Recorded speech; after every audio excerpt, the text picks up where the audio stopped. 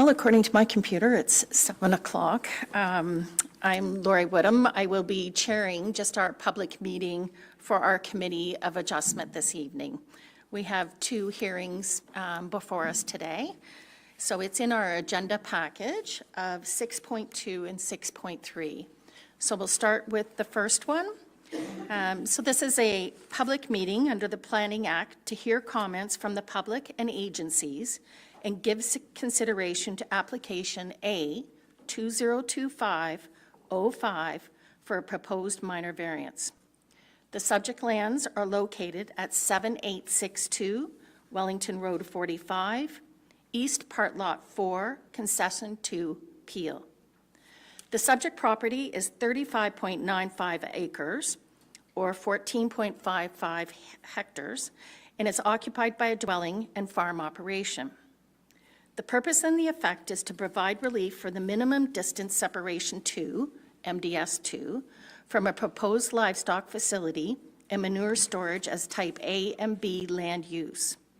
The applicants are proposing a new chicken barn and manure storage and cannot meet the required distance to the Glen Ellen Hamlet boundary or the nearest type A use. Other variances may be considered where deemed appropriate. So at this time, I call upon our Secretary Treasurer, Mr. Larry Wheeler, regarding notifications and comments received to date. Thank you, Chairperson Lori. Staff can confirm that property owners, Mapleton senior staff, and agencies were provided with the required notice by prepaid first-class mail. There's a comment summary included in the Township Planning Report. Proper on-site postings were completed April 28th.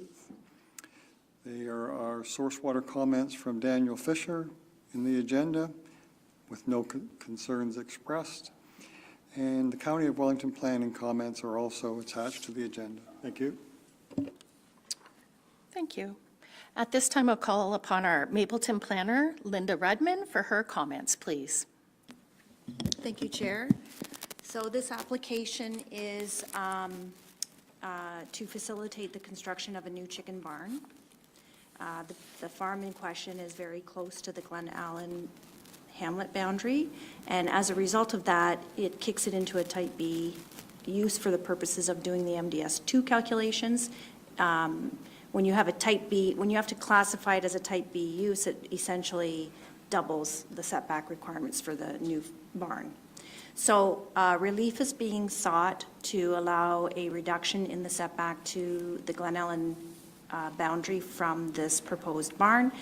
And also they are too close to the closest neighbor, the closest residential house, which is the property to the west. And there is a cemetery across the road, which was not included in their application, but when I was doing my calculations, I noticed that it doesn't meet the setback to the cemetery as well. The cemetery is a closed cemetery, so there are no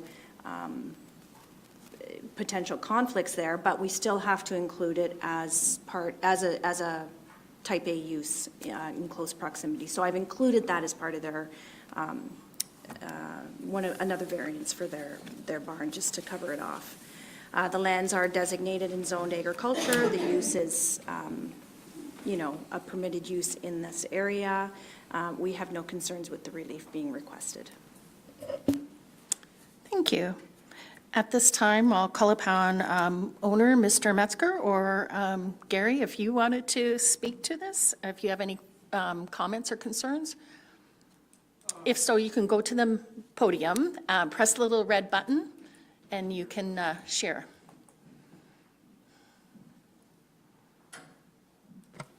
Yes, this is just requesting 40 feet relief to the farmstead to the west and 315 feet of relief to the hamlet of Glen Ellen.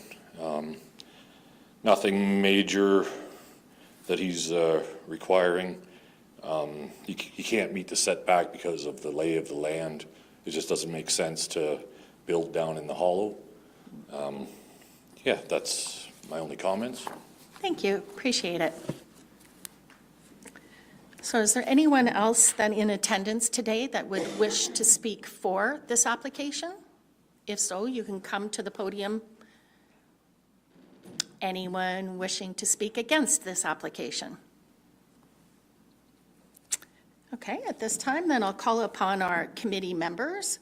I'll start to my far right. Committee Member Martin, do you have any comments or concerns or questions for our planner or applicant? None?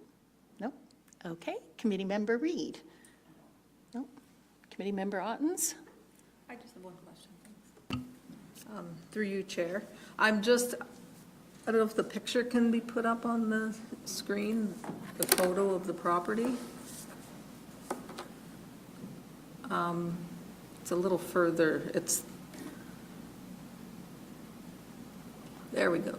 The aerial shot does not show the topography of the land, so that could be what Gary had mentioned, but is there a reason why the barn wouldn't be built down behind, at the bottom of the farm there, behind the tree area? Because that might meet the MDS. I'm just curious why that location wasn't chosen. Gary, do you wish to? Yep, please.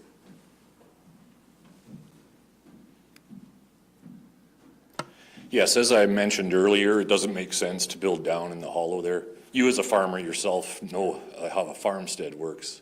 And you don't scatter your buildings all over your land unless you absolutely have to. And I don't think you should have to do that in this situation. Anything further? No. Yeah, my comments, I did go for a drive. It was a beautiful night last night, so I went for a drive and took a look at it too, and I understand exactly what you're mentioning with this. So let's just go to here. If anyone else has any other questions or concerns, I'll read the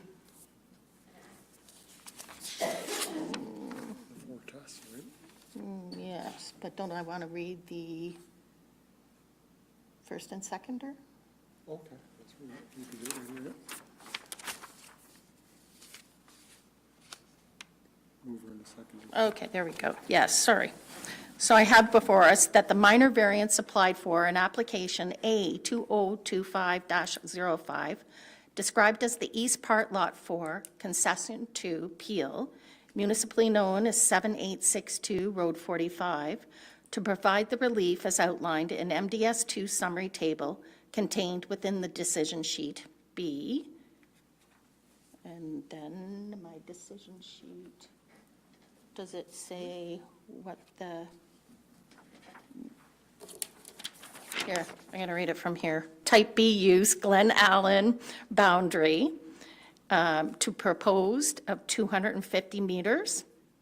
Type A use to the closest dwelling of 7870 Wellington Road 45, proposed of 161 meters. And the type A use, the cemetery of 7855 Wellington Road 45, proposed of 138. If I could have a mover, Member Martin. And second, Member Ottens. Did any committee members have any other questions or concerns before I call the question? All those in favor? All those against? The motion is carried. So let it be known that we, the Committee of Adjustment, find that the 4 tests have been considered, and we find that the variance is minor in nature. The variance requested is desirable for the appropriate development or use of lands, buildings, or structure. The variance maintains the general intent and purpose of the official plan, and that the variance maintains the general purpose and intent of the zoning bylaw. So at this time, we'll pass along the signing sheet.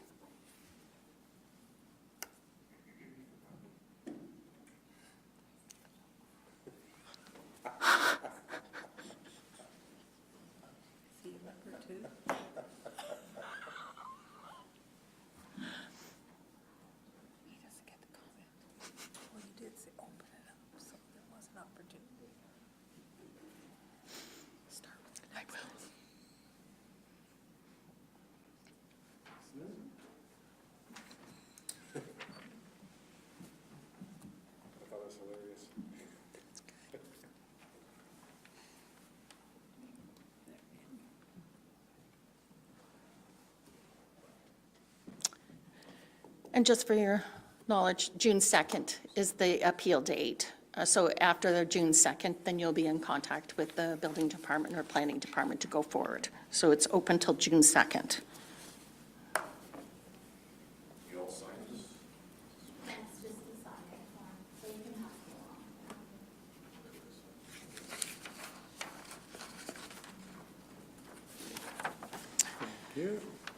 Thank you. Now moving on to our agenda, 6.3, our second minor variance this evening. This is a public meeting under the Planning Act to hear comments for the public and agencies and give consideration to application A202506 for a proposed minor variance. The subject lands are located at 94 Wellington Street North, North Part Lot 382, Drayton Plan, Bolton. The subject property is 2 acres, or 0.8 hectares, and is occupied by a dwelling. The purpose and effect is to allow an addition to a legal, non-conforming use on the subject lands. The lands are zoned industrial, M1, which does not permit a residential use. The applicants are proposing to construct an addition onto the existing residence, which require a variance. The application also requests relief for the required interior yard setback to 3 meters to allow a 1.2 meter distance. Other variances may be considered where deemed appropriate. So at this time, we'll call upon our Secretary Treasurer, Mr. Larry Wheeler, regarding notifications and comments received to date. Thank you, Madam Chairperson. Staff can confirm that property owners, Mapleton staff, and agencies were provided with the required notice by prepaid first-class mail. There's a comment summary included in the Township Planning Report. Proper rights on-site postings were completed. Source water comments from Daniel Fisher were received. There's no concerns. And the County of Wellington planner comments have been received, and they are in the agenda package also. Thank you. Thank you. So at this time, we'll call upon our Mapleton planner, Linda Redmond, for her comments. Thank you, Chair.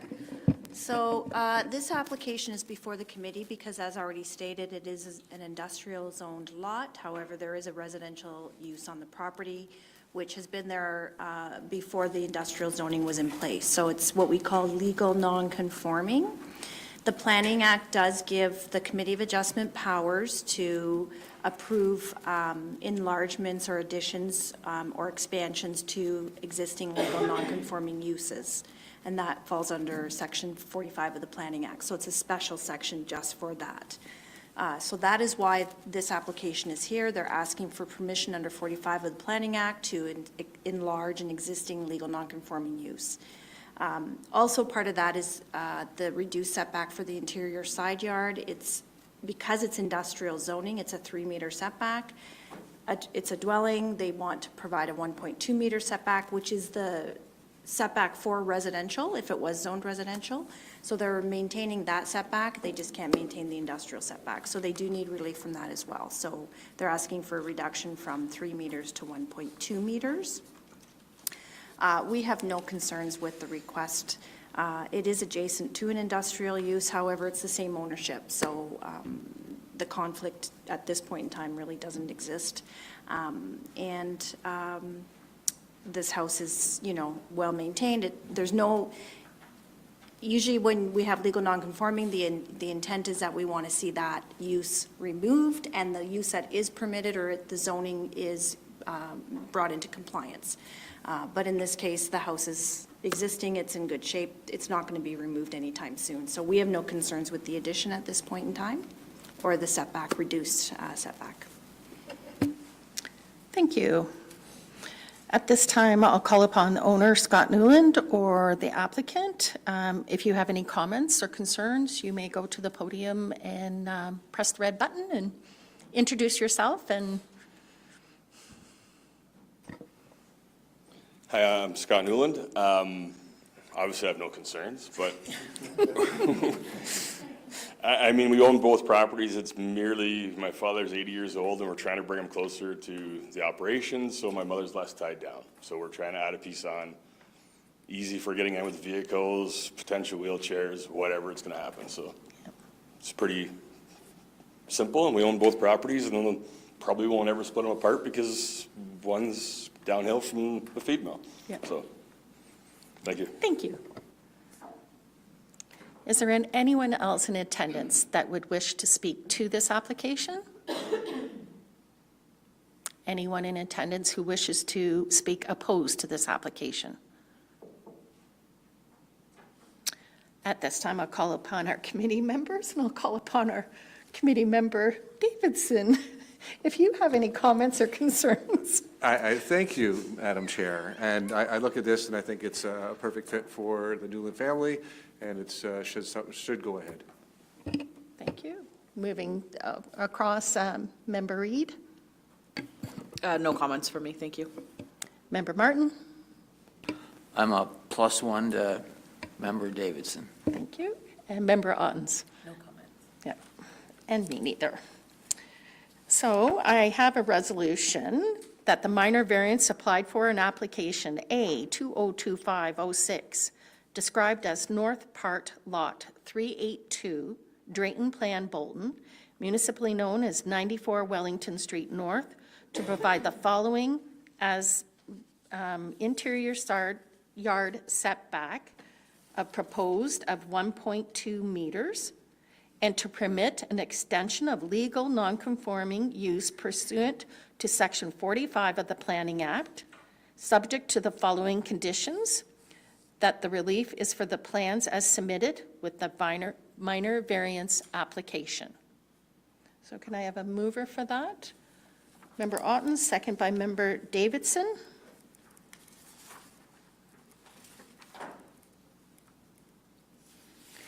Any further comments or concerns before I call the question?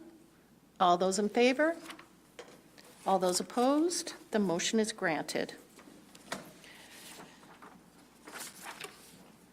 So once again, we, the Committee of Adjustment members, feel that the four tests have been considered.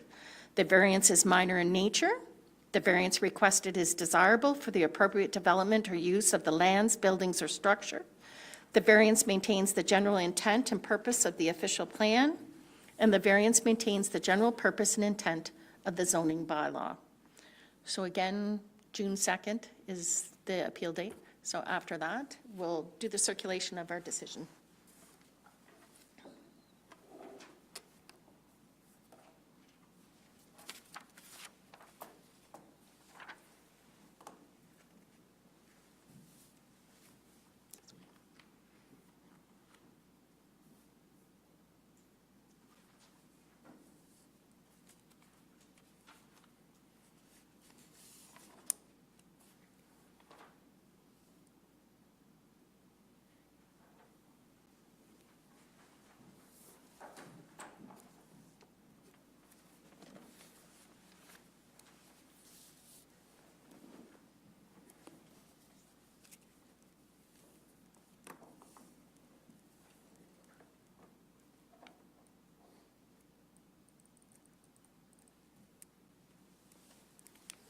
So I want to thank everyone for attending the Committee of Adjustment meeting, and this meeting is now adjourned.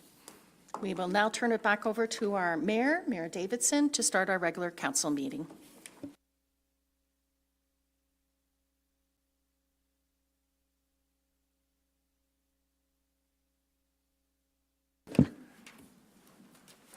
All right, it's 7:19 PM. I'll call the meeting to order of the Corporation of Township of Mapleton Council meeting for May 13th, 2025. If you're able, please rise for O Canada.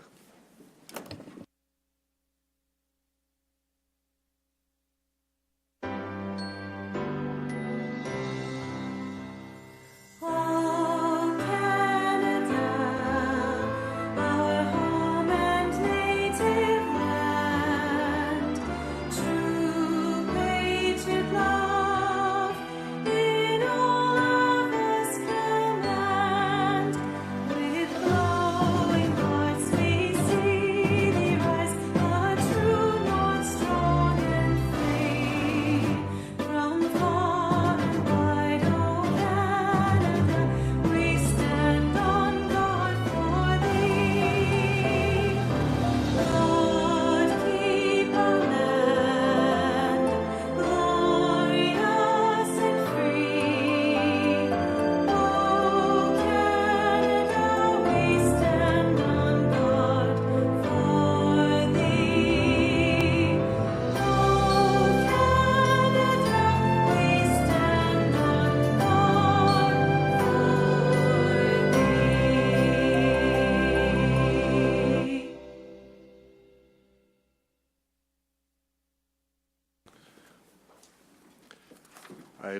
Any declaration of pecuniary interest?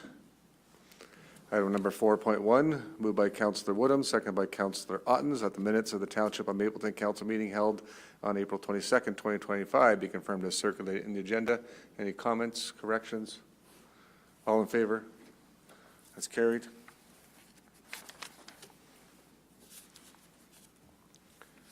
Item 4.2, moved by Councillor Ottens, seconded by Councillor Woodham, that the minutes of the Township of Mapleton Special Council meeting held on May 6, 2025 be confirmed as circulated in the agenda. Any comments, questions? All in favor? That's carried. Now we're going under the Planning Act. This is a public meeting under the Planning Act to hear comments from the public and agencies and give consideration to application ZBA 2025-02 for proposed zoning bylaw amendment. Subject lands are at 6369 Wellington Road 9 in Marlborough, and the purpose and effect is to amend the current zoning to allow up to 8 residential apartment units on the subject lands.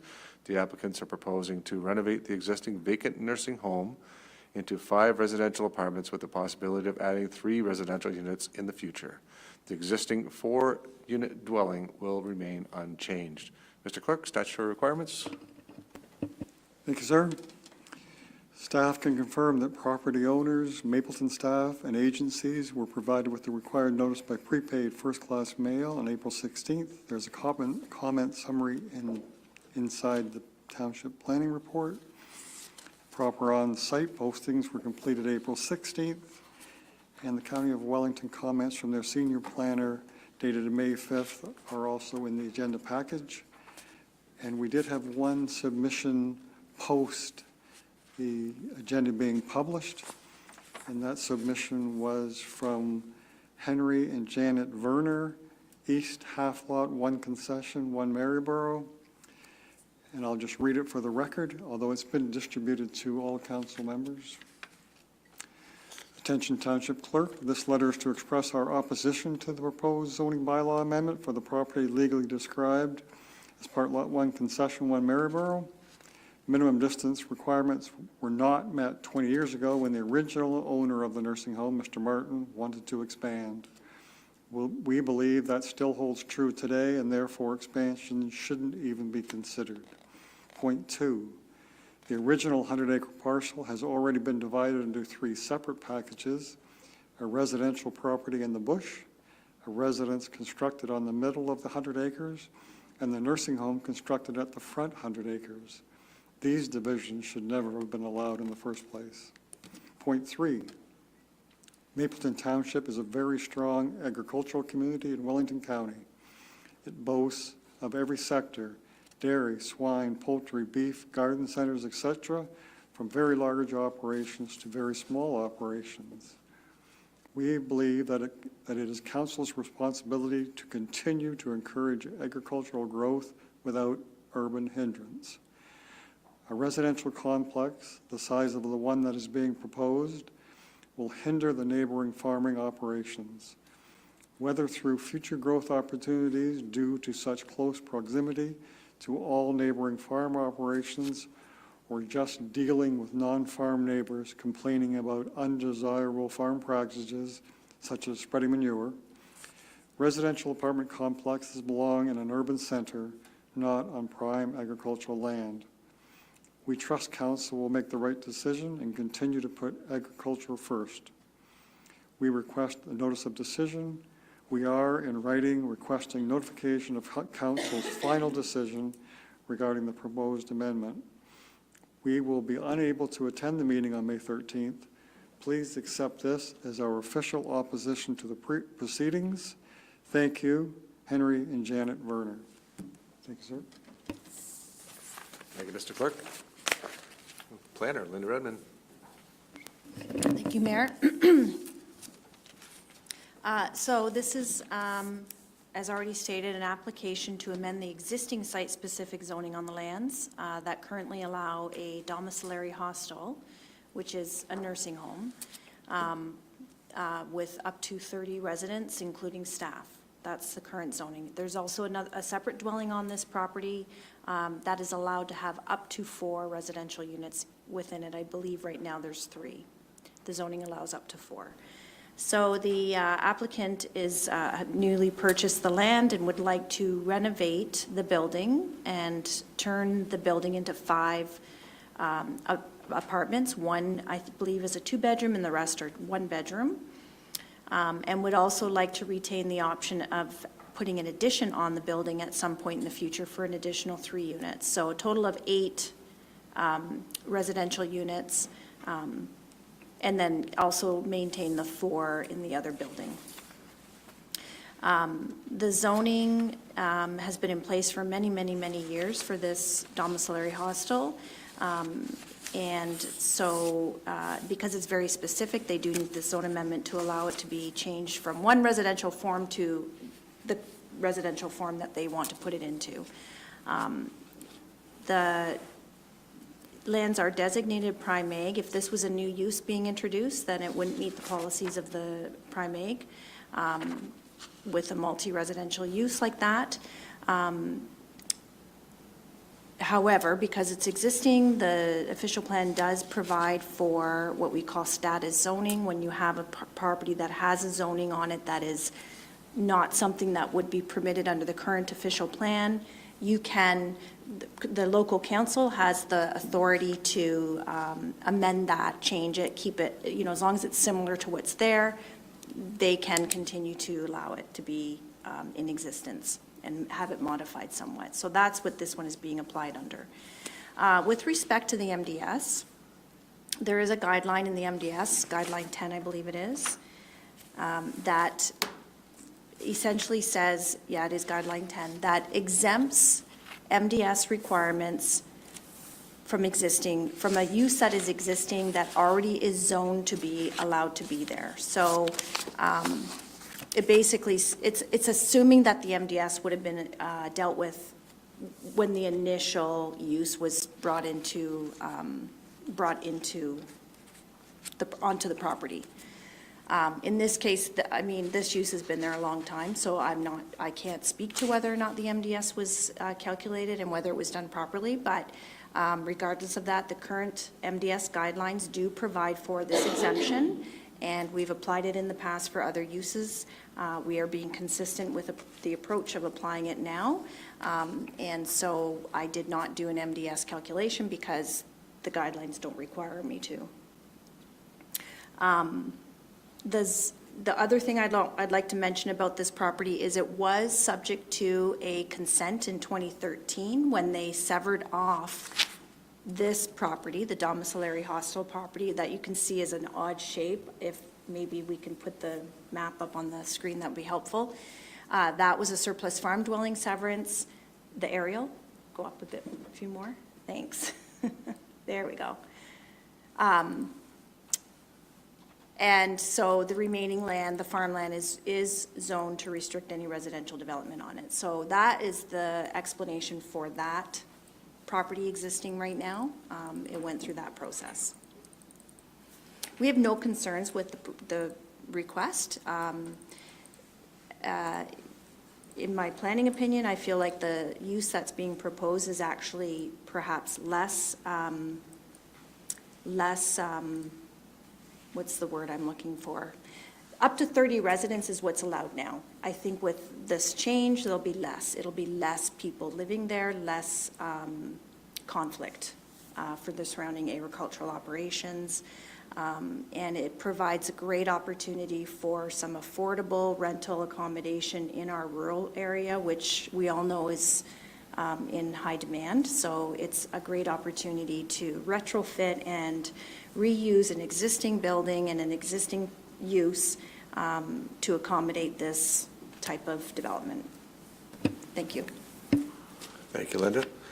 Now is the opportunity for the owner, Randy Kramer, or the applicant, Edgar Martin, to have comments. If you'd like to take the podium and make any comments, it's your time. I'm Randy Kramer. Thank you for considering this. Thank you, Linda, for your presentation on the logic behind it. I support that, I think. The question I have is, Edgar Martin, where does that come from? The application, Edgar Martin, I read it on the paper, and I'm wondering if there was a mistake somewhere, because I would have been the applicant. I'm not sure how that went. So, Do you know Edgar Martin? I know there's an Edgar in the neighborhood. I have no idea which one, so. All right, then. Well, Yeah, you we'll can take Edgar just- Martin off the paperwork. Okay. I think you Edgar's- should, yeah. Edgar's gone. It's just some guy named Randy now. So, yeah. So yeah, I understand the property is rural in nature with a residential focus, which is somewhat a conundrum for a township. So I understand the challenge. Because it was allowed for the nursing home, it seemed logical. But I understand the neighbors' concerns, so I'm here to listen. So I think that's all for now. Thank you. Thank you, Randy. Are there comments for those in attendance? Please indicate so. And if you state your name and address for the record, we'll first hear in those in support. Is there anybody here wishing to speak in support of the applicant? Anybody here wishing to speak in opposition to the application?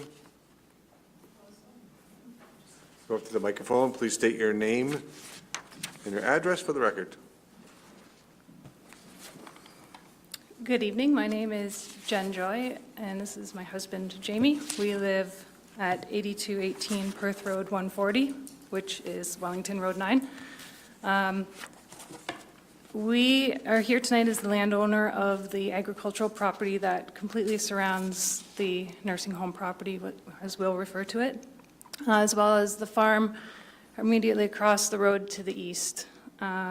We purchased the lands in 2014 from David and Viola Martin, who originally established the nursing home. I would like to note that when we were speaking to MDS setbacks and calculations, there may not have been MDS calculations done as the nursing home was originally part of the agricultural lands surrounding it. I believe when the original zoning amendment was completed, but at the time of severance, there maybe should have been some MDS calculations completed at that time. I'm not sure if there were. We do have some manure storage on the property across the road. So our primary concern, just in general, with a residential property adjacent to us is for our ability to intensify our agricultural uses on our own existing properties, which are zoned prime agricultural land. We have a long-established family farming operation, and we would like to be able to continue with the ability to expand for future generations. We would possibly look to build a barn, broiler barn with manure storage on this property near to the existing laneway, understanding that there are requirements for us to meet MDS 2 separation. As we heard earlier, it's our understanding that the original bylaw amendment to accommodate the nursing home resulted in minimum distance separation issues for a number of the surrounding farm owners. I think for us it would be beneficial if, and for the other agricultural lands, if the MDS 1 classification for this property were to be stipulated as a type A land use, which would have a lesser setback distance than if it were a type B, for example. Type A land use would be a land use such as a low-density agricultural dwelling outside of a settlement area. We hope it's a primary concern of council here that you would keep agricultural development in the lands zoned agricultural as a priority. Our secondary concerns would be more related to the possible safety and nuisance issues for our surrounding lands due to the close proximity of this intensifying residential development to our farming operations. We regularly use this property for storage, and we would have concerns for possible trespassing and dumping and worry about anyone, but children especially, coming into our workspace when we are operating equipment. Sorry, just to be clear, like if you looked at the property, the way they severed it, which was done in Guelph, it's extremely weird. It goes right down, and then there was a David Martin who owned it before. He ran like a steel shop in like a small yellow shed there. and it kind of goes through, it jogs around a well and cuts around and it goes around the property. So our shed is literally within throwing distance of another house. And then 2 years ago, we had built another storage shed on the property, and we store equipment outside in like a yard, excuse me. So you have to see it close to kind of understand our initial concerns with this whole thing. That's why we're here right now. I guess since we purchased in 2014, the property has been sold a number of times. Some of the owners were not local residents and may have been more of an investment property for them. We expect that this trend may continue in the future. As mentioned, there is currently a 30-person capacity for that nursing home, which does include staff. It is possible that while there may be fewer people living here, there may be significantly more than 30 people living here. There's no way to have any restrictions on number of occupancies in any dwelling unit. So you may have for the 12 units proposed on the site, 12 to 24 or more vehicles and a large number of different families living on the property, as opposed to if it were, say, 2 single families living in 2 single-family dwellings. So these may not be the intentions of the current landowners, and we understand that it's not, that it would be more individuals living in these 1-bedroom or 2-bedroom apartments, but that is always left to the discretion of whoever is the owner at the time. And we've always tried to maintain a good working relationship with the owners and residents, and we do hope to do so in the future.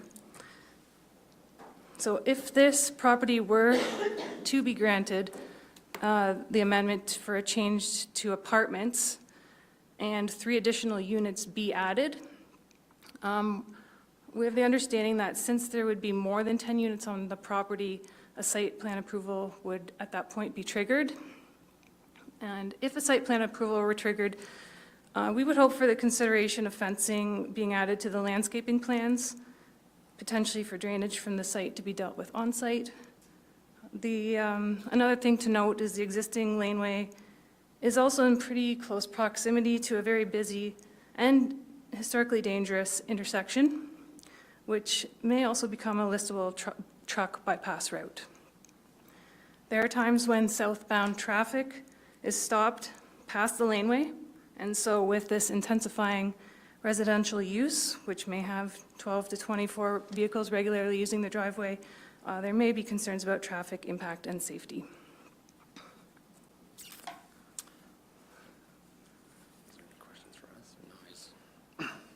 I just did have one other question. What defines affordable rental? Like, who is to say that these units would be under the guise of just affordable rental units, as opposed to just any more expensive rental unit? There is no regulation saying that the costs and stuff, and it's to anybody's ability to charge what the market asks. Like, my parents did have a 4-plex in Listowel, for example, and so there was, they worked with the township, that there was some affordability where Stratford helped pay for people in need, that they paid a portion and yada yada. But yeah, it's all dependent on the owner, right? And I'm not saying that, Randy, your intentions are bad or anything like that. But again, in the 10 years that we've owned it, we've met 3 different owners, and things change. Some people, if the laws change for the use of it, you could easily, which I do not think is the new owner's intention, but you could easily flip it for a profit that, suddenly you have an apartment, for lack of better words, complex, of varying degrees of size, now in a rural area, so maybe it had gained value in that way, and then who knows what the next owner is going to do. They might not have as good intentions as as of the intentions here tonight. So that's kind of something that is a a big question, and it's not enforceable as to how many people can be in the space. And in the past, like when we did take ownership, there was like maybe 10 residents, of people that could not even walk, and that, you know, they watched you cutting the hay and they're kind of out. And there was staff, maybe like 3 to 4, and then there's this other residence beside. It's a complicated space to begin with, but it's a much more different, there's never, in the last 10 years, there's never been 30 people there. As far as I know, I'm not like, I wasn't paying that close attention, but it's different, for sure. So that's our concerns, and that's concerns of the neighbors, so, Thank you. yeah. Thank you. Mr. Kramer, you are able to answer any of their questions they might have had if you want to take that opportunity. We've met briefly a few times, and we've talked about these things, and I understand his logic, I do. Currently, my goal, my ideal market for this place is older. I have some old friends that are asking if they could live there. First thing, yeah, it's exciting to me. There's people in our community that want to live there. But I understand the concern as well, so no comment to that, I guess, at this point. My goal is, the ideal market is older retirees, basically. But to say that's where it'll be, I can't predict that, so I'll leave that. Thank you. Linda, you have any comments for that? If I may just address some of the MDS comments. When this property was severed, because it was severed under the surplus farm dwelling policies, MDS is not, it's exempt as well because the use is existing. The dwelling buildings were existing, and under the MDS guidelines, you aren't required to do an MDS analysis because the use is there. Just like if any of the neighbors want to build a new barn or expand their barn, this would be a type A use that is existing. So the conflict exists now, if there is a conflict. The type A setback to this building is already there, whether this is rezoned to allow the 5 units or whether it's retained as what it is. There is no change in terms of how MDS is impacted here. The one thing I would say is I did speak with the people who just spoke. I did speak with them last week about some of their concerns around the MDS and the potential that this use could be determined to be a type A use, because under the, or type B use, sorry, under the MDS guidelines, there is a bit of a judgment call there when determining something to be a type B use as opposed to a type A. Some type B uses are obvious, like an urban boundary, like we just saw at the, with that last application.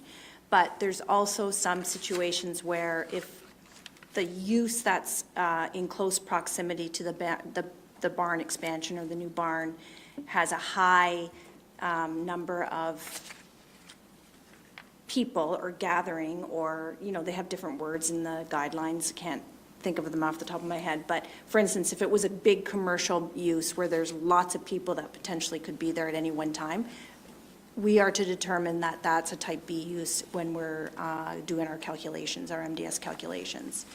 So there is an opportunity for somebody who is doing that calculation to make that interpretation. So one way I thought we could address that to give the landowners, surrounding landowners, some level of comfort that that won't happen is we can write it into the zoning of the property that it is to be considered a type A use for the purposes of any MDS calculations for the surrounding livestock facilities. That's all we can do other than putting that notation on the surrounding lands, which is impossible. That's the best scenario, is if we can do it that way and address it through there. And then that makes it clear to everybody that this is a type A use and always will be, and it's not to be treated as a type B. Thank you, Linda. Council members, questions to the planner or to the applicant? Council Martin. Thank you, Mr. Mayor. So complicated space, for sure. I got two questions. The first one is around the MDS, which the planner just spoke about. And you'll need to remind me, I know a few years ago we talked about MDS. I think there were properties north of Moorfield. Is there, and so if residential areas are coming in after the fact, right? So after the farming community is already established, is there a way, I know you talked about putting it right on the file or right on the property where, like, it'll be for part of the zoning bylaw. Can you take that a step further and do like a gold star or a red circle the property and just have it so that it doesn't count for MDS calculations at all? And I'm not sure, I know I had asked this question before, I can't remember if we've done that on other properties or not, but for me, it would make a lot of sense. That way it gives the surrounding ag community assurances that there can't be complaints, there can't be resistance, there can't be any sort of follow-up issues down the road if, in fact, they choose to expand their operations. Is that something that's doable that we could write in, or is that even more complicated than when you suggested? Linda? I'm not sure that we could actually say it doesn't count for MDS, because the guidelines are very clear, like you have to have a certain setback from type A uses. Well, this is a type A use. So it's measured right to the building. So it already exists for the surrounding livestock facilities. If they want to expand that, whether this gets rezoned or not, they have to meet a certain setback to that building. To any type A use, any residential, like even on the surrounding farms, you have to be set back a certain distance. If you can't meet it, then you can come for a variance. That's the route. So I'm not sure, because it is a provincial, like MDS guidelines are provincially legislated and we implement them on OMAFA's behalf. So I'm not sure that we have the authority to just exempt them outright and say, this property you don't need to do an MDS calculation from it. You can expand your barn and we can ignore that property. I don't think we're in a position to do that. So, because it's existing.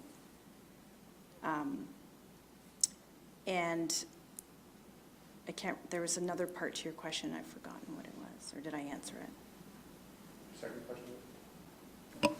Yeah, thank you, Mr. Mayor, honestly, like the minor variance applications that we saw earlier, right? It seems in a way ridiculous that a chicken barn has to come here for a minor variance application when the town of Glen Allen's expanding, or like there's built up boundaries, right? Like other farming buildings that are being impacted by it, but they're part of the same kind of community or same zoning, right? So I don't know, like it seems like if we can write it in there that it would we'd treat it as a type A, then why not treat it as nothing at all, right? Like if that's possible, because the other option is that potentially the application doesn't go through, right? So that could be kind of the best of both worlds. The second question I have is around the affordable wording as well in the planning report. For me, affordable means attainable, means a lot of things.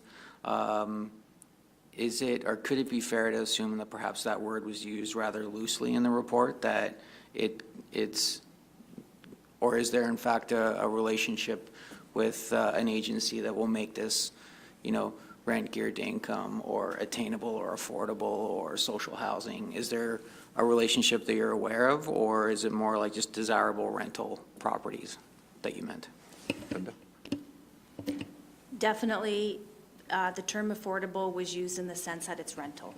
That was my intention behind that. So I guess to quote you, it was loosely used. Yeah, because it's the idea that it's rental, which usually is more affordable than home ownership at this point in time. That's the intent. Thank you. Councilor Woodham? Thank you. Through you, Mayor Davidson. A follow-up question then again to our planner. So if we added the consideration that in the zoning that it would be type A, and we allowed further development, would that still impact the farms? Or because it is existing, the type A will be to, I guess, where is that extra building going to go? Because will it not depend on what farm is trying to build, where that arc will go? I'm just wondering if the addition will hinder my farming community even more. So, yeah, so when you do an MDS2 calculation, so that's from the new livestock facility or the addition to the livestock facility, the arc is measured from the new building or the addition to the type A use directly, so basically to the house. If type A use can also be, like I had in the other one, a cemetery, so that would have been measured to the property line, because it's the whole property. If the type A use is a dwelling, it's measured to the actual building. So I suppose if, you could say, yes, when they come in to do an addition, that wherever the addition is going could impact the expansion or a new livestock facility, because now it's a little bit closer to that, right, wherever they put it. But we treat MD, we always have to treat MDS based on what is on the ground today and what are the restrictions right now. So we can't, just like we can't take into consideration future additions on a house or what have you, we can't look at future potential new buildings either. If there's nothing there, we can't zone to or restrict based on that there might be one in the future. Follow-up. Thank you. So what you're presenting in this zoning bylaw today for our information is just for the existing building being turned into residential units. We're not doing anything with an addition or potential of addition. The application is for up to 8 units. So yes, the application includes the future addition of 3 more units to the existing nursing home building. So just to clarify, includes an addition that we don't know where that's going to be or how big that's going to be yet. I think the floor plans do show the addition.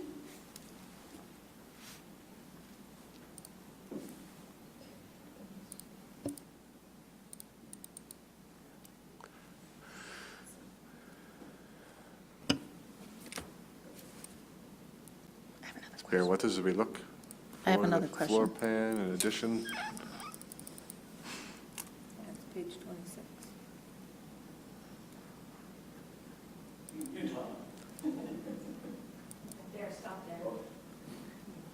Okay. Figure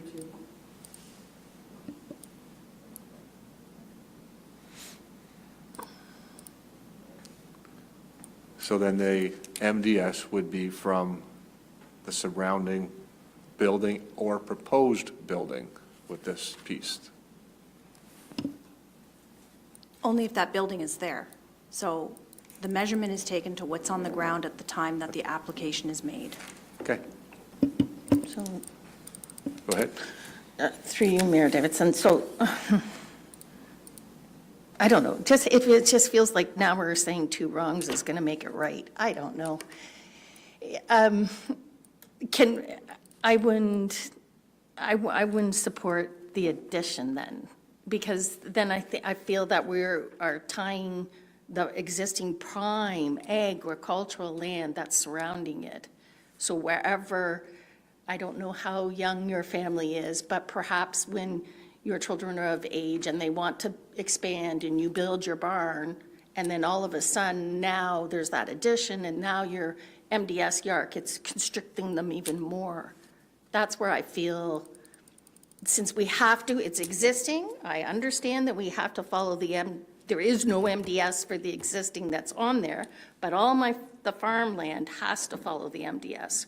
So I'm not in favor of anything other than just what's existing and turning it into apartments.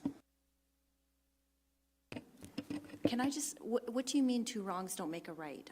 What's wrong? I guess my I'm not question. sure, through you, Mayor Davidson, I'm not sure when this originally nursing home was built, because why was it allowed to be built on prime ag? That's the problem. Okay, so if I can just, with respect to MDS, we don't know that there's a concern. Like, we don't have any, there's nothing to tell us that any new barns or any new expansions wouldn't meet the existing now. There's no conflict yet. They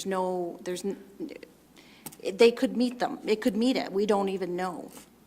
The only way to do that is to do some assumptions, right? To do some number assumptions.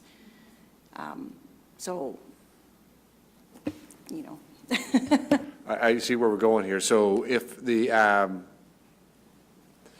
owners of the farm wanted to put a chicken barn on this property, they would have to meet MDS of this new residential piece, which may include, at the time they put the barn up, an addition to this building. Correct? And that's when MDS gets calculated at that point when they want to put the barn up. Right now, there's no MDS issues to the existing because there's no barns to worry about with the MDS. Okay. Clear as mud.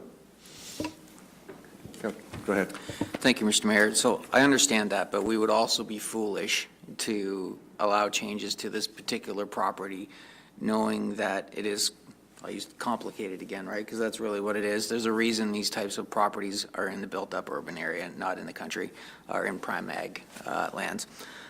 So there has to be a way to at least put something on title, right? Like I think the applicant appreciates or seems to appreciate, and I love the fact that he's not making any promises, because that's the worst thing, people coming in here making promises and then you leave and then, we know how good that is, right? So I appreciate that, but there has to be, you'd think there would be a reasonable way to put something legally binding on title that in the event that a farm wants to expand, MDS does not apply. Like you should be able to create a document that will stick with the property through future owners. Like I feel like there should be a way. And again, I'm a little more simple in my mind sometimes in real life, but and then a second part to that is, there was other kind of comments or questions around, fencing and safety, potential safety concerns kind of for moving forward. How does that get addressed, or is there a mechanism to address that as part of this application process?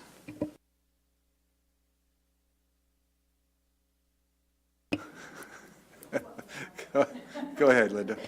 I hesitated because I'm not sure if site plan will be required. I know it was stated that it might be, but I don't know because they're not building 10 units. There's already 4 existing, so site plan might not be triggered. That doesn't mean we can't request certain things that are to be put on the property. If council so wishes, we can build that into the zoning as well, if that's something that council is interested in.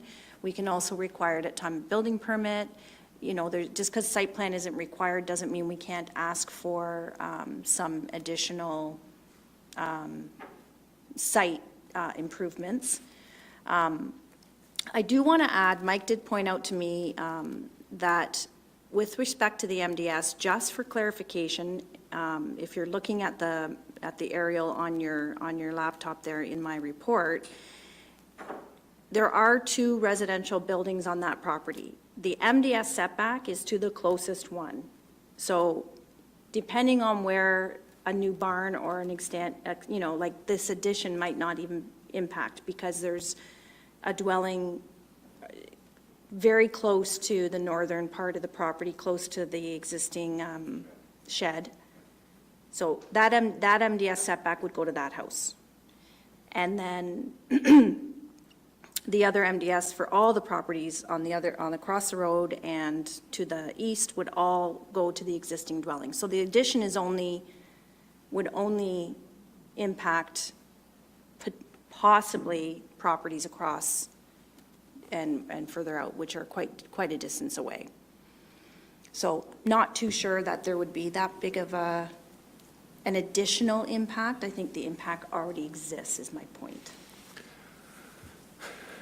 You're saying that regardless of where they might put a barn, most likely along number 9, it would be the small home that would be. The small, yeah, The smaller house, not the. from the 9, bigger. the small house, yeah. Right, Yeah. okay. Please go to the mic, sir.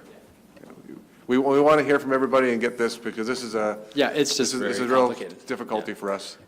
I happened to see the neighbor when I was cultivating today, who lives beside. And my understanding is like, he was talking about 25 years ago, which we were not physically, we were there 20 years ago. So anyways, the property there, I'm not sure, when you read the letter before, they split the farm in half. They added this, they added that, they made a lot in the bush. Anyways, that was complicated back then. But then, when they built the actual nursing home, which is east to the original house, they used the setback to his farm, which is east, of the original house, which is now 4 apartments or whatever they call it. And then they built the retirement home too close to his house and even his older barn.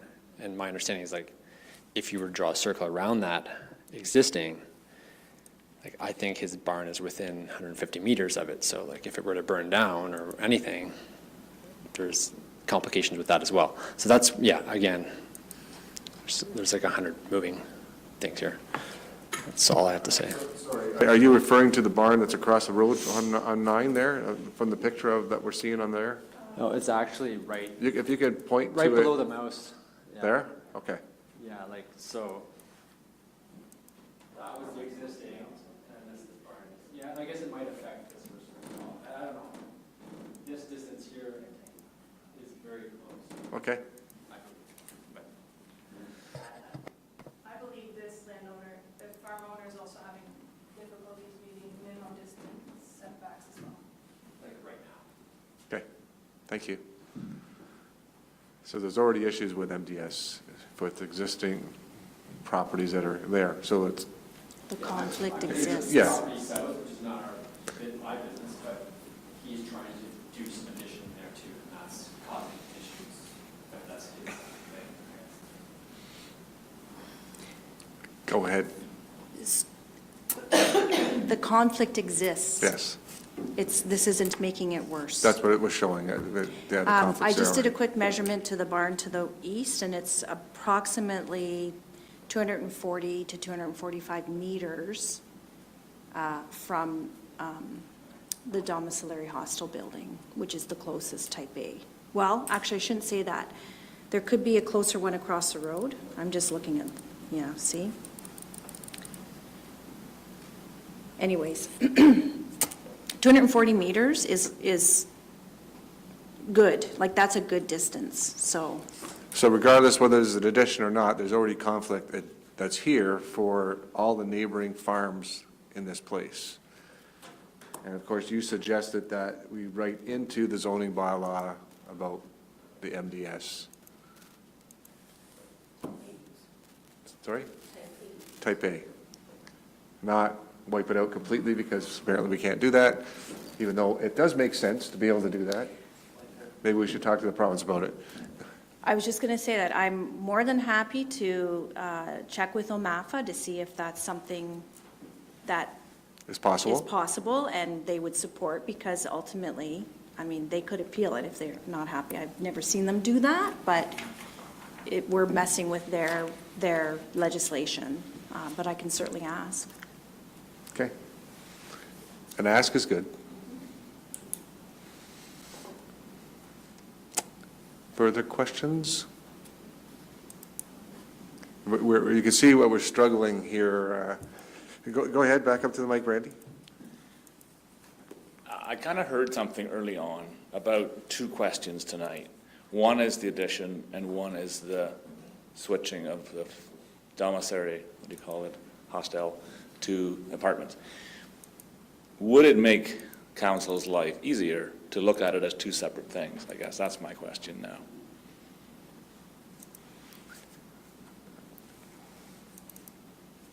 Council? I personally don't think it's going to make any difference at all when it comes to MDS or, but, Linda, back to you. Sorry, I'm just doing some quick measurements while we're talking. The barn to the east, there's 3 dwellings that are closer to that barn than the domiciliary hostel. One is 190 meters. Domiciliary hostel is 240 meters. And then the barn across the road, that also has, the house to the east of it is closer to the domiciliary hostel than. So there's quite a few MDS, There's other type A uses closer to those barns than this. so they wouldn't have needed a variance to get, Not necessarily. not necessarily, okay, Not necessarily. all right. But they're there, okay. Go ahead, Councilor Martin. So can I do a what-if scenario, Mr. Mayor? What if? Okay, so what if the property owner, right by, it looks like a driving shed, at least on the satellite imaging that I'm looking at. So would it be possible or allowed to construct a barn there? I know it's a surplus farm dwelling, so you can't do houses Right. on there, but could they potentially build a barn on that lot by the driving shed, and then all of a sudden, the subject property becomes impactful? Sorry, and then all of a sudden what? It would be closer to it, so the barn would be a lot closer to the subject property, so would it be something that would be allowed to build there or not? So if they were going to put a barn on that property, they would have to do their MDS calculation. So they'd have to stay, whatever they're putting up, then there would be a certain required setback to the house on that property. Which would happen regardless. Go ahead. Sorry, further to that, through you to Linda, which then, in this case, would already be happening, because that's already a problem. It's already there. None of this, the building that's there or the addition would cause any more grief than we're already seeing. Correct. Correct. Yeah. If they walked in today for a building permit for a new chicken barn, they would have to do an MDS 2 calculation to all the surrounding type A uses and have that setback. Councilor Martin again. I agree that the existing use already exists. That's saying, that's twice. But in fairness, it's the application of this property that's triggering this conversation, right? So that's why, yes, there's already an impact, but, the applicant's looking for a zoning amendment to this property. So now's the time to address this particular property, so it doesn't impact the rest of the community, right? We can't change the fact that it was a nursing home or retirement residence or whatever there in the past, but now is the time with this application coming forward with a proposed change to put stipulations that MDS shouldn't be impacted by it. That's my opinion.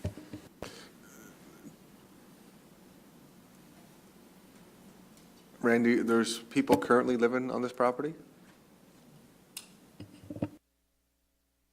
Currently, the farmhouse is a triplex, actually, and there's two tenants in there, two apartments are rented out in there. The nursing home is empty. All right, other questions? Go ahead, Councilor Woodham.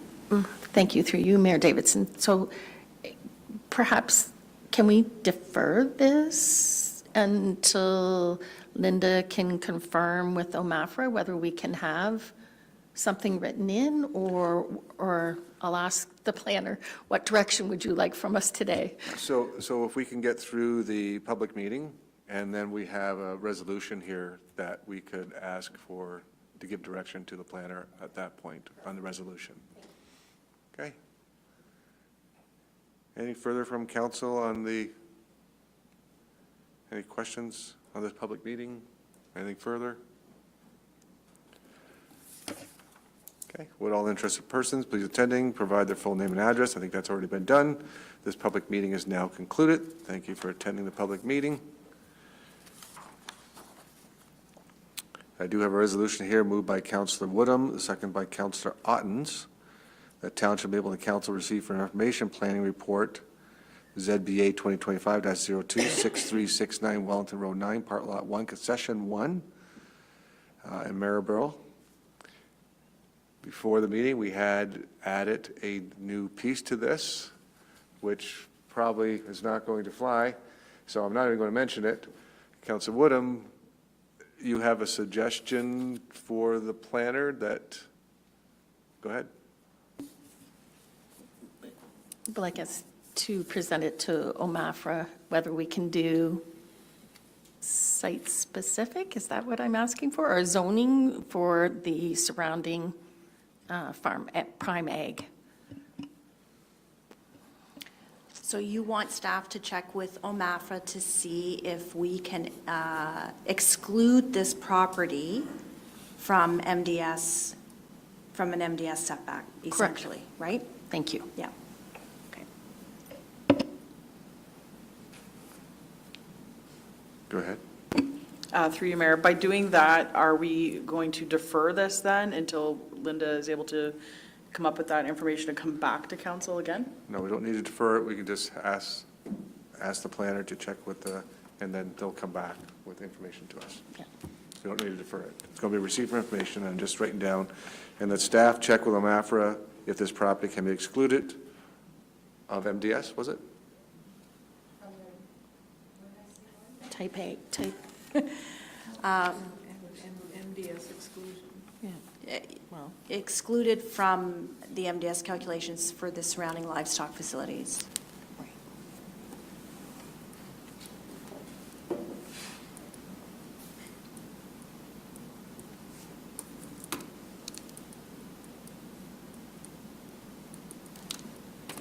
it's over 500 meters from there. All right, so still moved by Councilor Woodham, still seconded by Councilor Ottens. What were you saying? So we're going to receive for information, and then staff will check with OMAFRA if this property can be excluded from MDS calculations from the surrounding livestock facilities.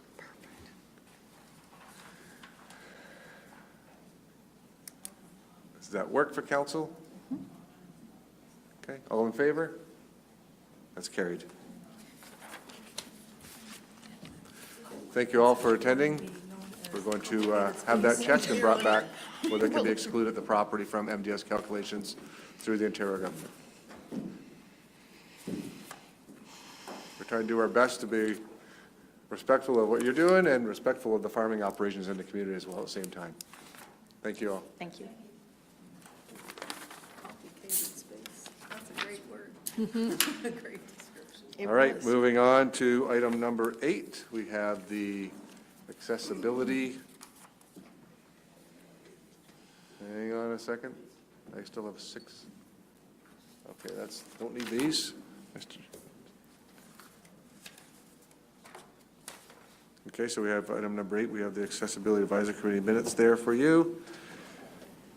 We're going to go to item 9.1, which we have the building department.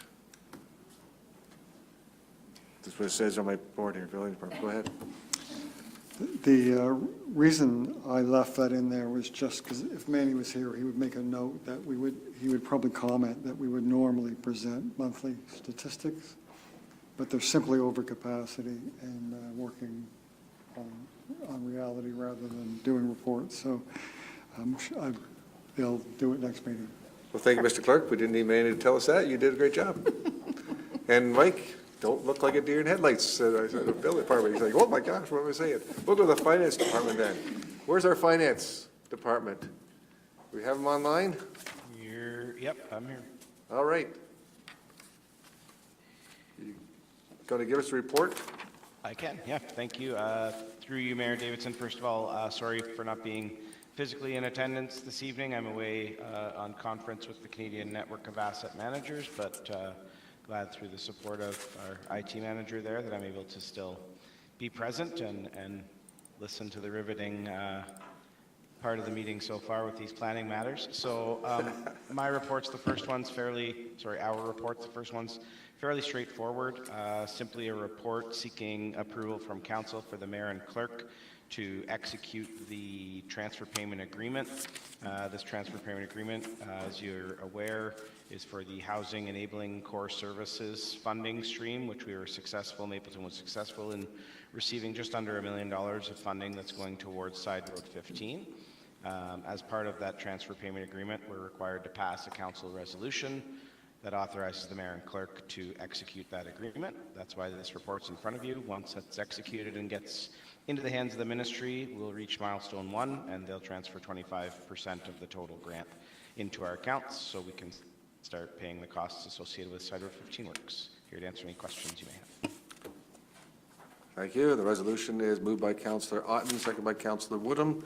Township Mapleton Council received for information report FIN 2025-16, and that the mayor and clerk be authorized to execute the Housing Enabling Core Services Transfer Payment Agreement. Councillor Woodham, you have a question? Your light's on. No question, okay. Anybody else have a question? Go ahead. Thank you. Through you, Mayor Davidson. I noticed in this contract, it said that it should be awarded by September 30, 2026, which is a good year and a half from now. Do I assume it will happen sooner than that, this Side Road 15 project? Patrick? Yeah, obviously the grant funding arrangement gives us leeway in the time frame in which we can complete the works, but I would actually defer that question over to Director of Public Works, Jamie Morgan, to discuss the timing of the works on Side Road 15. Jamie? Jamie? Yeah, through your Mayor Davidson, yeah, the pulverizing is going to be starting by the end of May, probably next week, and the paving, we haven't scheduled the paving yet. We got gravel to put down and one culvert to replace before we move forward, but that will all be completed. Completion date for that is the end of August, before the school buses start rolling, of 25. Thank you. Any other questions on this report? All in favor? It's carried. Next one, Patrick, please. Again, once again, through you, Mayor Davidson, this report, legislative requirement for council to pass a bylaw associated, the tax rate bylaw for issuance of final taxes and levies across the community. Pretty straightforward report, but I did want to add a little bit extra context if that's okay with council. First of all, as you're aware, council, but the community should be aware as well, Mapleton is required to issue tax bills not just for Mapleton, but also for the County of Wellington and for the associated school boards within our district. As such, you'll see in the financial impact, while we're passing a bylaw to establish rates and levy taxes for Mapleton's approximately $10.6 million levy, the total tax bills being issued will collect a levy of just over $29 million.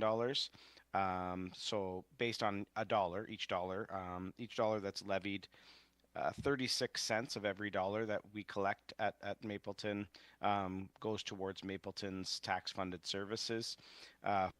14 cents of every dollar goes to the school boards and their requirements, and 50 cents of every dollar that we collect goes up to the County of Wellington for County of Wellington services. So good to understand that, especially when ratepayers are coming to pay those bills at the counter, to have that understanding. Secondary to that, I also wanted to include, not in the report, but also good information to know, of our total $10.6 million levy for Mapleton, residential properties account for 60% of those taxes that are collected. Farm properties account for 21%, and commercial industrial is around 16%.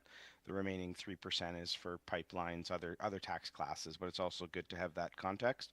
Lastly, just a reminder that the tax due dates, if and when this final tax rate bylaw is passed, will be September the 25th and November the 27th. And with your approval, we'll go ahead and begin calculating within our system and generating tax bills for mailing out. That's anticipated to occur during the second week of July. Thank you. The resolution I have here is moved by Councillor Woodham, seconded by Councillor Ottens, that Township of Mapleton Council receive for information Finance Report FIN 2025-18 dated May 13, 2025 regarding final tax rates for 2025, and that the associated tax rate bylaw be considered for approval. Questions to the CFO? All in favor? That's carried.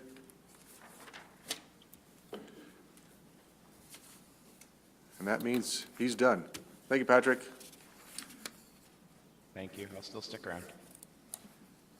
And moving on to the next item here, we have on the planning, we have a resolution moved by Councillor Otten, seconded by Councillor Woodham, that Council of the Township of Mapleton support consent application B825 as presented for lands described as Part Lot 6, Concession 11, with a municipal address of 7268 Side Road 6, with the conditions, and that council authorize the planning and development manager to file with secretary treasurer of the planning and land division committee at the county of Wellington a letter of clearance of these conditions. Anything to comment on that, Linda? Any questions or comments on this from council? All in favor? Carried. The next consent we have, moved by Councillor Martin, seconded by Councillor Reed, that Council of the Township of Mapleton support consent application B12/25 and B13/25 is presented on lands described as Part Lot 16, Concession 2, with the amended the conditions that are here, and further that council authorizes the planning and development manager to file with the secretary treasurer, planning and land division committee at the county of Wellington letter of clearance of these conditions. Any questions or comments on this? All in favor? Sorry, Mr. Martin, do you have a question? All of a sudden, go ahead. You're talking fast. My I finger know. wasn't as fast. Usually quicker on the dial. Yeah. Can you walk me through this one? I'm kind of having trouble understanding. We're taking a long, narrow sliver of one property and adding it to the other property to create a building lot. Is that what's happening here? No. Go ahead, Linda. So there's two farm parcels, and the one that's most southern, do you want to bring up thank you, Carl. The road ends right before that lot. The road allowance exists there, but the road is not constructed. So to save them some money and having to extend the road, and also the topography is quite hilly there, they are purchasing that little blue square. The farm to the south is purchasing that blue square from the farm to the north, merging it with their parcel so they can build their house there and have at least have their access. That area has access to the open part of the road, so that gives them access onto the road. So, and then they're giving them that strip back. So it's just an exchange of land, so it'll reconfigure it. And then they're going to construct a turnaround for Jamie as part of this deal. So it's win-win for everybody. And Jamie's really happy by that. Right on. All right. Councilor Woodham, fingers on the button. Yes, through you, Mayor Davidson. This was another one that I viewed last night on my little tour of the countryside. And it's a very narrow road to begin with. So I think my question is to the Director of Public Works, Jamie. Will the road also be widened or anything? Like, how does your plow get down there now? Jamie. Through you, Mayor Davison, that road is a road we currently do not do winter maintenance on. It is a road we contract out to a farmer. We actually pay somebody to do that, but we're in the midst of potentially taking back that route. There was a new culvert put, you probably drove across that new culvert, so it's wide enough for a plow.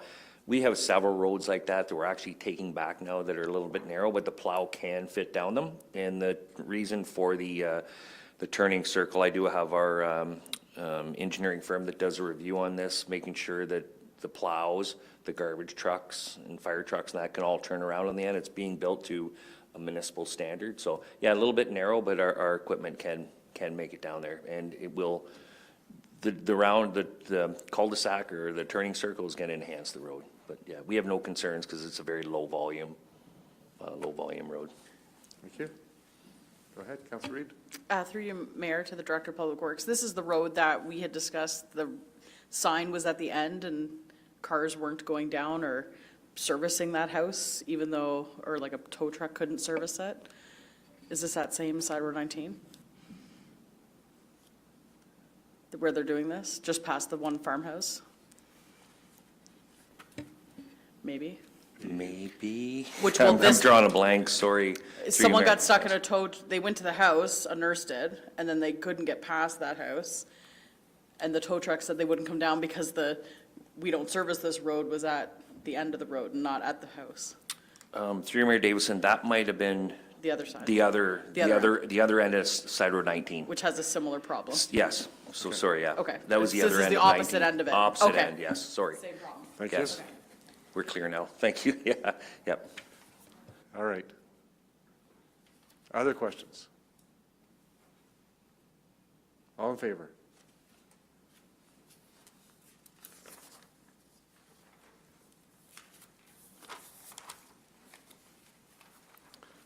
Moving on to 9.41, exterior painting of the PMD Arena Fire Hall, both in Drayton and Moorfield. Jamie?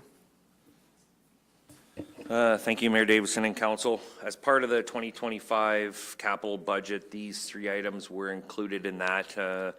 So we have some pricing on that. They've actually started to prep the PMD, doing some primer in that work now. I just brought the colors to council for conversation to make sure we were moving in the right direction and what staff kind of thought we would pick out for colors to match this facility with the black and the gray. It's a very common color right now to get rid of the old blue. And we added in some, I would call it AI. I think there's a different word for that. Staff renderings. Yeah, staff did a great job, amazing job to give council an idea what the facilities would look like. So the roof we're looking at a black for the roof and then some charcoal gray in there and at the PMD. And then also the two fire halls would have a lighter gray on the side. So just, we were just trying to make everything look the same in Mapleton and just dress everything up and bring it into 2025. So I'm open for questions on all three facilities. It actually looks very sharp in the photograph. If it turns out that way, it's going to look fantastic. Now, the question is, are we actually putting the big letters PMD Arena Complex on the side? It's already there. Are we going to paint them black? We actually painted them black last fall. They were blue and you couldn't see them See, on the brick. I couldn't see it with So they were- that yeah. bad color wall behind it, so. They were painted black last fall, I think. We Okay. painted them, yeah. See how much I pay attention to the lettering on the side of the wall. Anything from council members on these colors? Anybody opposed to these colors? I think it looks good, but, okay, got nods. Council Martin, you go to hockey rink all the time? And I've heard comments on how you thought this arena looked. What do you think of that look here? Better? Better, okay. All right, so we have moved by Council Reid, second by Council Martin. Township Mapleton Council receive report PW 2025-06 regarding the exterior painting of the PMD Arena and the Drayton and Moorfield Fire Halls for information. All in favor? It's carried.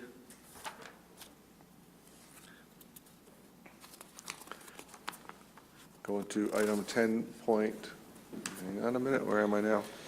Oh, got another one here, 9.42, purchase of air compressor and dryer for Mapleton. Jamie?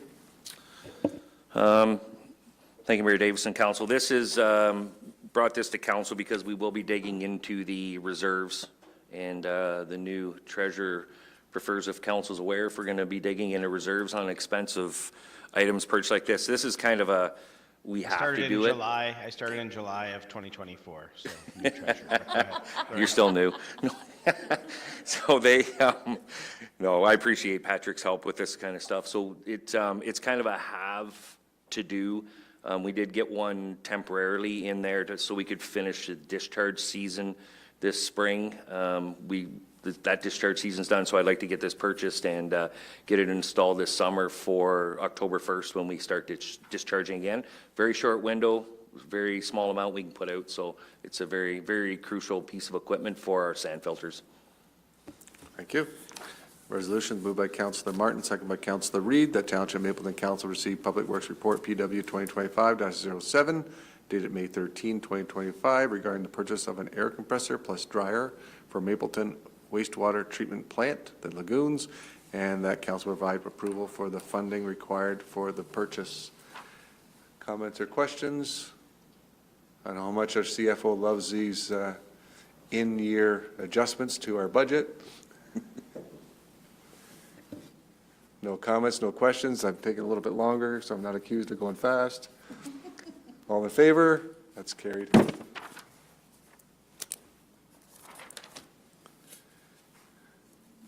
Moving on to 10.1, this is moved by Councillor Reed, second by Councillor Martin, that bylaw number 2025-024, being a bylaw to adopt and set the tax rates for 2025, be hereby read first, second, and third time, and finally passes 13th day of May 2025. Any comments, questions further to what our earlier report was? All in favor? It's carried. There you go, Patrick, and get the staff to go ahead with that. Thank you, sir. And item 10.2, moved by Councillor Martin, second by Councillor Reed, that bylaw number 2025-025, being a bylaw to authorize the mayor and clerk to execute a transfer payment agreement between the Ministry of Infrastructure and the Corporation of Township of Mapleton, be hereby read a first, second, and third time, and finally passed 13th day of May 2025. Any comments, questions? All in favor? That's carried. I was waiting, Councilor Reed. I was waiting for that hand. Moving to 10.3, moved by Councilor Reed, second by Councilor Martin, that bylaw number 2025-026, being a bylaw to remove part law control for lands being Block 13, Plan 61M 247 on Bedell Drive, Drayton, Township of Mapleton, be hereby ready first, second, and third time, and finally passed 13th day of May 2025. Questions or comments on this? All in favor? Carried.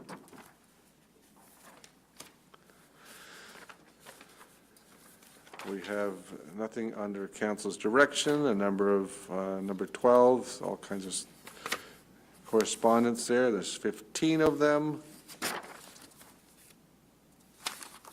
Anything from council on any of those? All right, moving on to any notices of motion? Other business, number 15. Go ahead, Counselor. Yeah, I just want to remind everyone, since we won't have another council meeting before then, of the Safety Day on Saturday, May 24, from 11 till 2 at the municipal parking lot in Drayton. We're going to have, this is through the Safe Communities, the Mapleton Committee, and we're having fire, paramedics, police. We're having farm safety is going to come out, and there'll be a car seat clinic as well. So any kind of safety-oriented things, kids who show up and give a summer safety tip, because we thought it was a good time for summer kickoff, they will get a coupon for free ice cream at a la mode, and we have 400 of them. So 400 ice cream cones. 400 ice cream cones. So last Nice. year, we just threw this together at the last minute, and we ended up with 150 coming, and it was very busy at a la mode, so hopefully it'll be even busier this time. That's fantastic. Thank you for sharing that. Anybody else? Then I'll move on to item 17.1. Moved by Counselor Martin, second by Counselor Reed, that bylaw number 2025-027 being a bylaw to confirm all actions and proceedings of the council of the corporation of the township of Mapleton. Be hereby read a first, second, and third time, signed by the mayor and clerk, and sealed with a corporate seal. All in favor? We are adjourned. Thank you. It's carried.